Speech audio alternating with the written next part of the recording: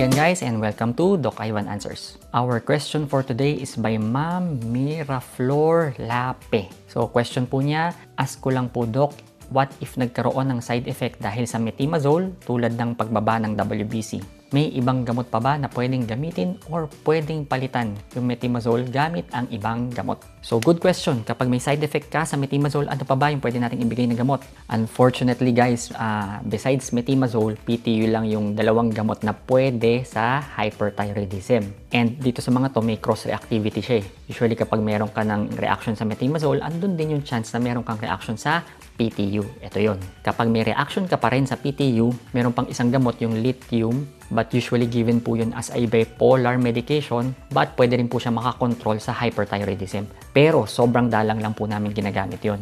Kapag ikaw ay merong reactions sa metimazole or PTU, usually sinasuggest na po namin yung radiation dyan or yung surgery. Yung side effect na mababa yung WBC, medyo ayoko tong mga to ha. Ito yung tinatawag naming neutropenia. Isa ito sa mga major side effects with regards to anti-thyroid medication. So dapat Ma'am Miraflor, nagpapa-check up kayo sa doktor mo kaagad kapag nangyayari sa itong mga to.